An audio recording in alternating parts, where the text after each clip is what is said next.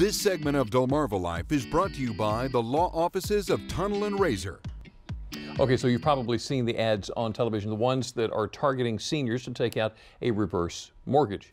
So have you ever wondered what exactly it is they're talking about? Well, a reverse mortgage is a mortgage that you can secure when you're 62 years old or older so that you can stay in your home as you age.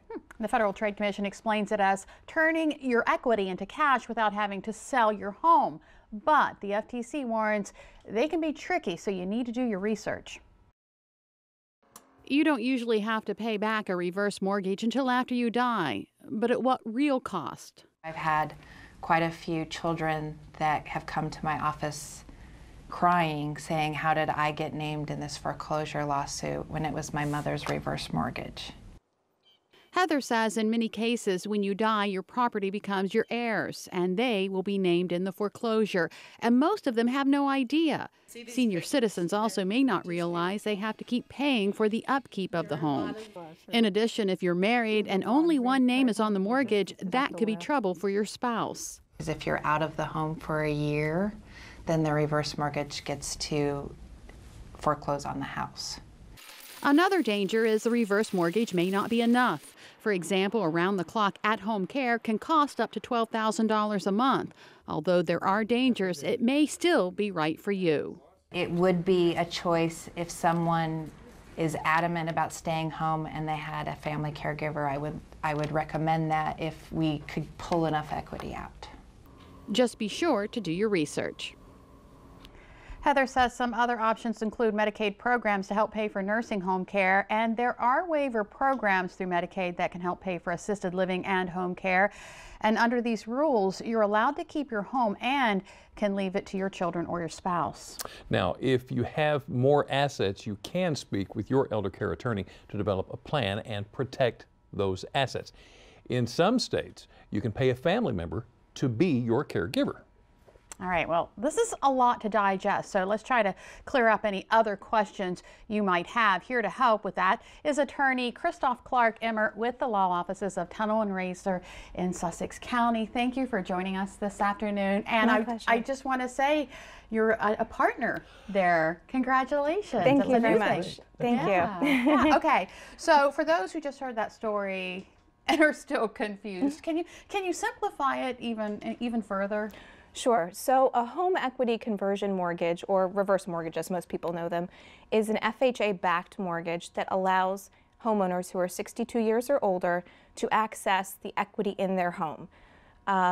This can be important for some folks who may not have income or substantial assets other than their home as they age. There are some important distinctions, though, between a traditional mortgage and a reverse mortgage. Much like a traditional mortgage, you still own your home. The homeowner remains on the deed. They own their home for their lifetime, as long as was mentioned earlier, they stay in the home.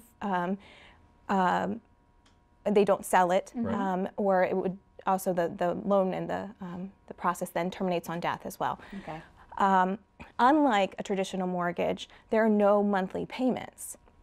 So this can be helpful for folks who do have a mortgage on their home, a smaller mortgage where they do have a bunch of equity in the home, or for individuals who are looking to access and tap into that equity because they can actually obtain between 50 and 70% of the equity and make that available to them as they age. There are several ways where you can access that money. Traditionally, a lump sum, which was a fixed rate mortgage, you can get a lump sum at the time that the loan is made.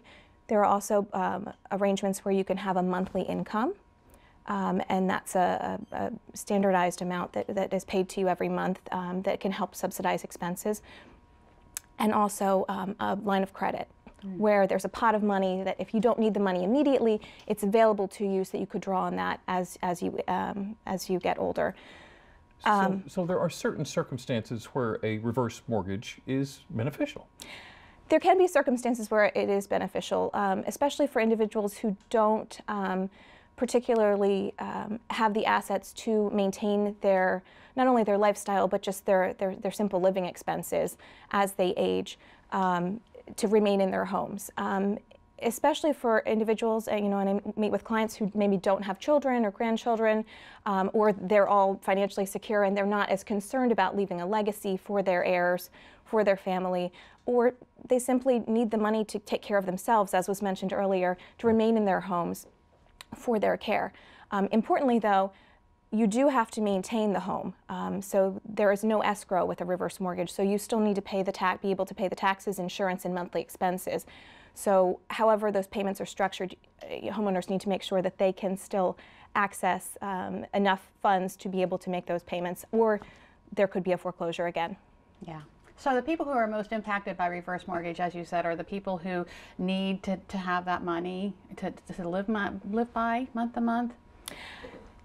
So the homeowners can benefit from the reverse mortgage, but I've also seen some problems where the heirs ultimately wind up bearing the brunt of the effect of the reverse mortgage, because they unwittingly can become parties to a foreclosure.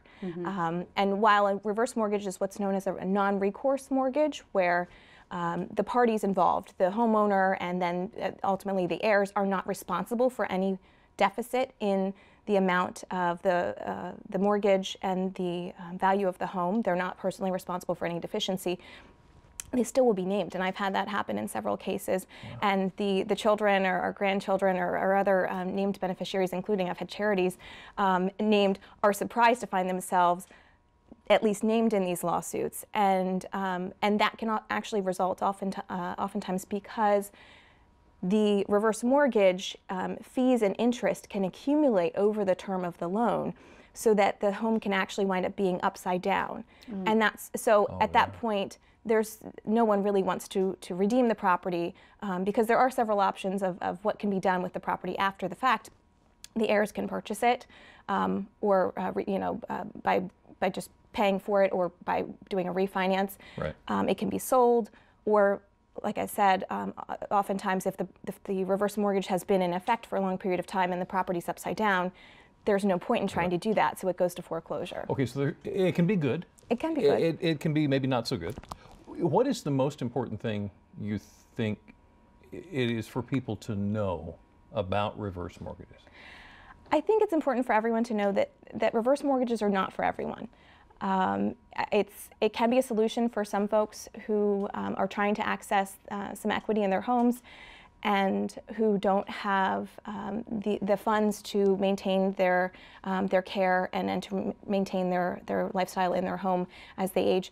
But there can be a lot of effects from this decision as well. So I always encourage that homeowners and clients talk to professionals, an accountant, a financial advisor, an attorney, and a mortgage, a skilled mortgage broker in this reverse mortgage area. Look before you leap. Yep, yes, absolutely. Christoph, thank you so much. My Very pleasure. important information. Attorney Christoph Clark Emmer with the law offices of Tunnell and Raysor in Sussex County.